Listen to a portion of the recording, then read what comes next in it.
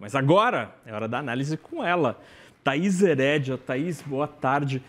O que você achou da entrevista com o secretário e ministro interino? Ele deu muitas explicações ali, até tentou sinalizar algumas iniciativas, mas não sei se você concorda comigo, me pareceu tudo muito tímido diante do problema que a gente tem. Muita timidez, mas ele não tem opção, né? Porque até essa apuração do Uribe que você trouxe, que o Haddad está esperando que o Congresso faça, né, é mais uma revelação da falta de instrumentos que o governo tem. Porque onde a melhor caixa de ferramenta está vedada pelo presidente Lula. Então, eles têm atuação tímida mesmo, né? A timidez na saída do ministro de férias nesta semana, a timidez, uma tentativa louvável. O Dorigan, ele tem tido posturas bastante institucionais no papel e ele tem sido, em muitas situações, ele foi mais presente do que o próprio ministro, né? Naquela expectativa de que o Haddad vai sair a candidato em abril do ano que vem, muita gente fala que ele, tecnicamente, não que ele seja... Ele tem um histórico de economista do setor público preparado para assumir o Ministério da Fazenda, mas esse período que ele está com Haddad e todo o posicionamento que ele já assumiu desde então, daria a ele ali musculatura para terminar o mandato como ministro da Fazenda, né? Porque em algum momento no ano que vem vai fazer diferença quem vai ser o ministro da Fazenda do Brasil, se a gente já está falando de timidez hoje, de instrumentos vedados hoje. Agora, me chama muita atenção, Naka, quando a gente ouve ele dizer assim, depois que a gente publicou o decreto do IOF, nós fomos conversar com o Congresso. Então, na explicação dele, já tem aí, eu não posso chamar de admissão, mas é assim, é mais uma revelação de que, olha, a gente agiu assim mesmo, a gente primeiro decretou e depois foi conversar. Né? E também me chama a atenção dizer o seguinte, olha, a questão do risco sacado, por exemplo, a gente viu qual seria a repercussão, ouvimos o mercado, ouvimos o Congresso e voltamos atrás e tiramos 80% da medida. Então, eu pergunto, por que fez? Não fazia ideia do que estava fazendo? Porque faz uma medida sem diálogo, sem conhecimento técnico, com essa repercussão, e aí... horas depois, horas depois, né? Primeiro voltaram horas depois com a medida da taxação de investimento externo, né? E dias depois, na troca do decreto, com a redução do IOF sobre risco sacado, enfim, outras acomodações. Então, o Dorigan fica num papel ali de equilibrar vários pratos, então, de novo, com postura institucional, se expondo, respondendo as perguntas, mas o roteiro que ele traça é um roteiro, portanto, Naka, que revela sim a timidez, a falta de instrumentos e pelo menos a gente enxerga exatamente como eles se prepararam. Foi assim mesmo, primeiro a gente faz, depois a gente conversa. E essa alegação do secretário de que o fim da... Ele dá uma explicação que me parece bastante adequada tecnicamente. Ele diz que a situação de privilégio, de benefício das LCAs e LCIs continua comparativamente aos outros papéis, né, que pagam imposto de renda muito maior do que esse. Mas ele diz, ato contínuo, que, na visão dele, o Plano Safra não está ameaçado. Ele diz assim, olha, não vai ter um impacto, ele vai continuar crescendo, mas vai pagar mais caro. Ou, por exemplo, quando ele diz, ao se explicar, né, sobre medidas e consequências do que o governo tem feito. Então, nessa do Plano Safra, ele diz, olha, o dinheiro vai continuar crescendo, mas ele não menciona o juro.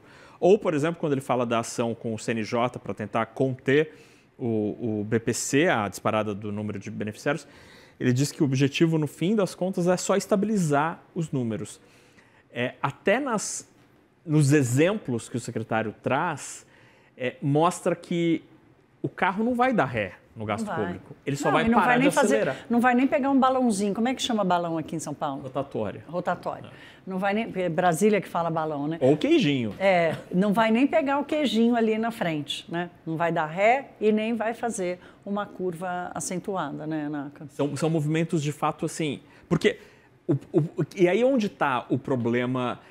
Quem que caberia convencer o presidente Lula a falar, presidente, a gente precisa abrir essa caixa de ferramentas que o senhor mantém fechada?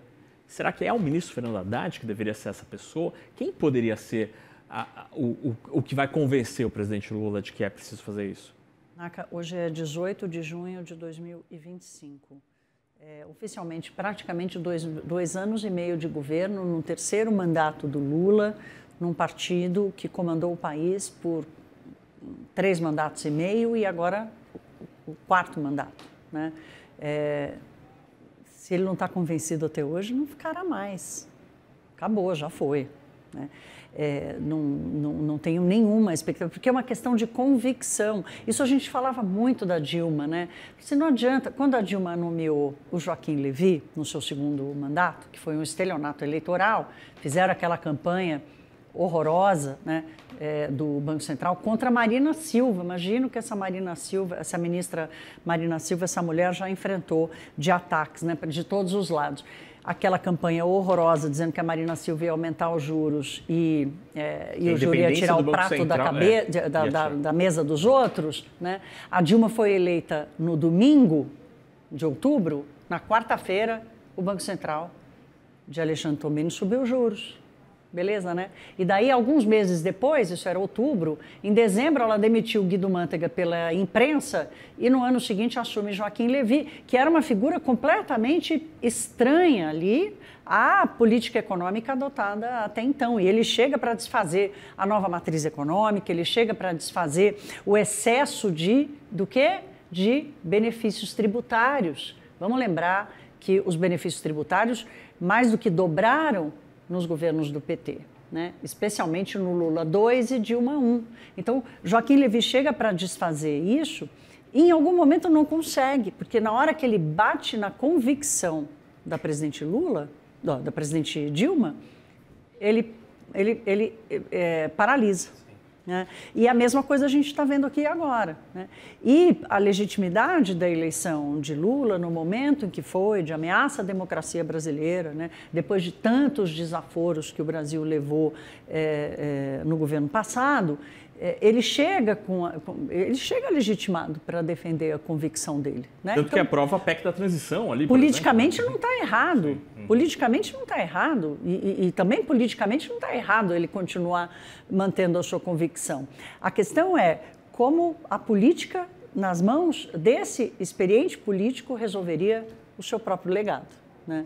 Então, é isso que chama a atenção. Então, é timidez, debate vetado, né? Debate interditado e volto a falar aquilo que a gente tratou ontem, né? Da deterioração contínua da gestão das contas públicas. Eu ouvi você no 360 com o CNN 360 com o Yuri Pita, você dizendo, lembra da bomba fiscal? Olha, vai sair uma bomba fiscal, né? Agora não é mais bomba fiscal, são bombinhas que vão estourando cá e lá, deteriorando ainda mais a qualidade da gestão. E só para fechar, Naka, outra coisa que me surpreende muito, né, a naturalidade de dizer assim, olha, a gente mexeu ali nos decretos e tal, mas a gente manteve a arrecadação esperada de 20 bilhões para esse ano e 40 bilhões para o ano que vem.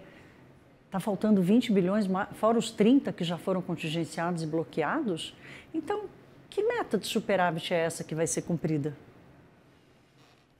Está faltando 40 bilhões no ano que vem, que nem começou? É a meta que cumpre e a dívida continua crescendo, né? É a corrosão por dentro. Vou relembrar aqui o artigo da Cecília Machado, que eu indiquei para leitura ontem na Folha de São Paulo, explicando como essa deterioração se deu, especialmente nesses últimos 2 anos. Thaís Herédia, que cunhou a expressão que me parece perfeita. O gabarito hoje da economia é a dívida. Dívida, exatamente. Não é minha, não. É do Gabriel Barros, da Arcos Investimentos. Tá. Mas eu já falei para ele, eu vou tomar de você, vou passar a usar, mas vou dar sempre crédito. Thaís Herédia, obrigado pela Obrigada. conversa. Até já, daqui a pouquinho tem Copom, exatamente. Hein? Aí vai ser aquela pauleira. Beijo. Bora, beijo.